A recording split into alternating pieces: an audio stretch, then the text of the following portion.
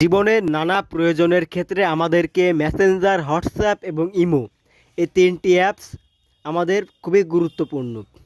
এই তিনটি অ্যাপস আমাদের বিভিন্ন তথ্য, বিভিন্ন ফাইল, বিভিন্ন ছবি, বিভিন্ন ভিডিও এবং প্রয়োজনীয় বিভিন্ন কনভারসেশন থেকে থাকে। এগুলো আমাদের অবশ্যই লক করা উচিত। তো কিভাবে এগুলো লক করবেন সেটা দেখার জন্য এই ভিডিওটি তৈরি করা।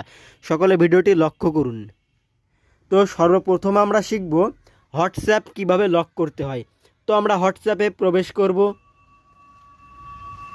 তারপর ডান পাশে উপরে থ্রি ডট এখানে ক্লিক করব।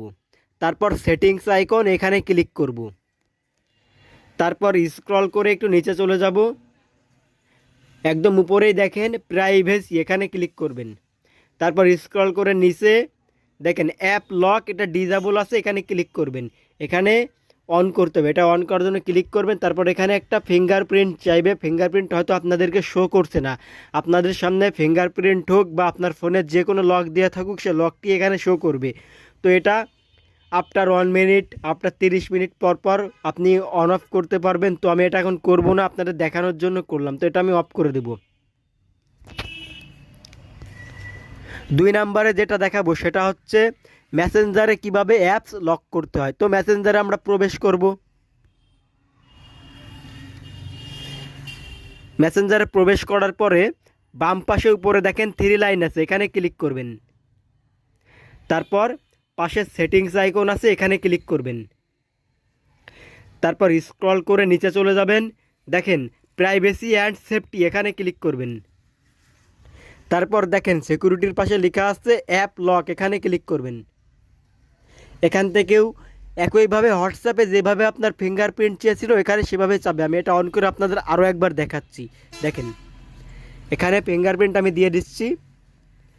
দেখেন এখানেও সেম একইভাবে 1 মিনিট, 15 মিনিট, 1 ঘন্টা পর পর এটা আপনি করতে পারবেন অন অফ, এটা আপনার ইচ্ছা মতো।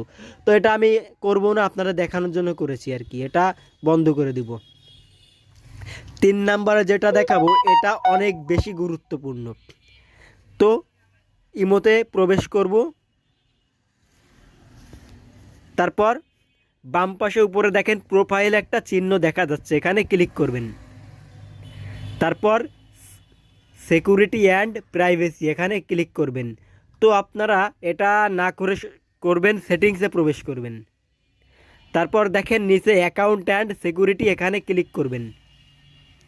তারপর একদম উপরে দেখেন পাসকোড লক, এখানে ক্লিক করবেন। তো এখানে এটা এনাবেল করে দেবেন, এনাবেলে ক্লিক করব। তারপর আপনার প্রয়োজন অনুযায়ী বা আপনার পছন্দ অনুযায়ী যে কোনো একটা পাসওয়ার্ড এখানে দিয়ে দিবেন। তো আমি একটা পাসওয়ার্ড দিয়ে দেখি কি হয়। ডান। পাসওয়ার্ডটা পুনরায় আবার দিতে বলছে, 3 4। ডান।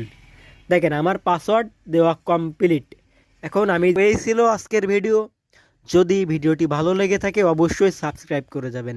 আপনাদের জন্য অনেক কষ্ট করে ভিডিও তৈরি করি, অবশ্যই আপনারা আমার এই ভিডিওর কষ্টের মূল্য দিবেন। ধন্যবাদ।